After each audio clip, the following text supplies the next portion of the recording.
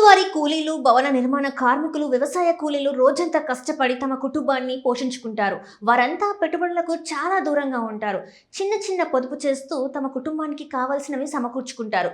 కూలీ డబ్బుల నుంచి కొంత కొంత పక్కన పెడుతూ పొదుపు చేస్తారు.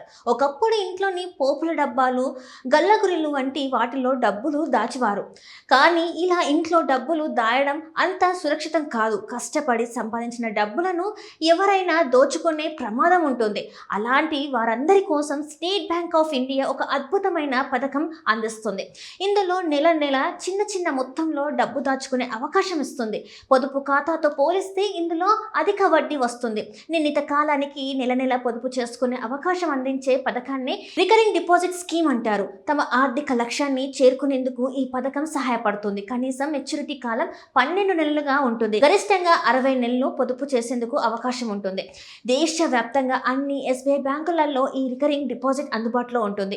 ఇందులో నెలకు కనీసం 100 రూపాయలు జమ చేయాల్సి ఉంటుంది. ఆ తర్వాత ఎంతైనా డిపాజిట్ చేసేందుకు అవకాశం ఇస్తారు. అయితే ఇచ్చిన గడువులోపు డిపాజిట్ చేయని పక్షంలో కొంత పెనాల్టీ కూడా కట్టాల్సి వస్తుంది. అలాగే వరుసగా 6 నెలలు ఇలాంటి డిపాజిట్ చేయకుంటే ఖాతా క్లోజ్ అవుతుంది.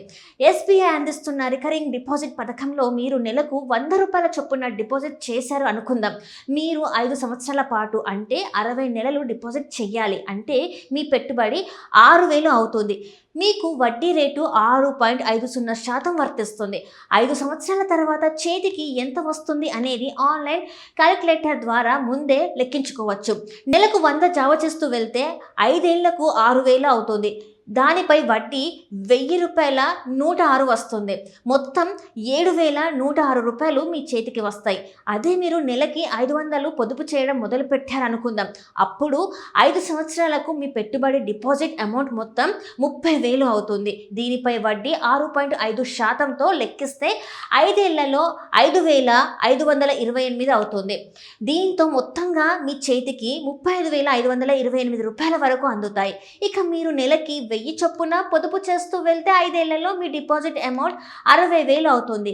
దీనిపై 6.5% వడ్డీ రేటుతో మొత్తం 5 ఏళ్ల వడ్డీ 11,057 రూపాయలు అవుతుంది. అంటే మెచ్యూరిటీ తర్వాత చేతికి 71,057 రూపాయలు వస్తుంది.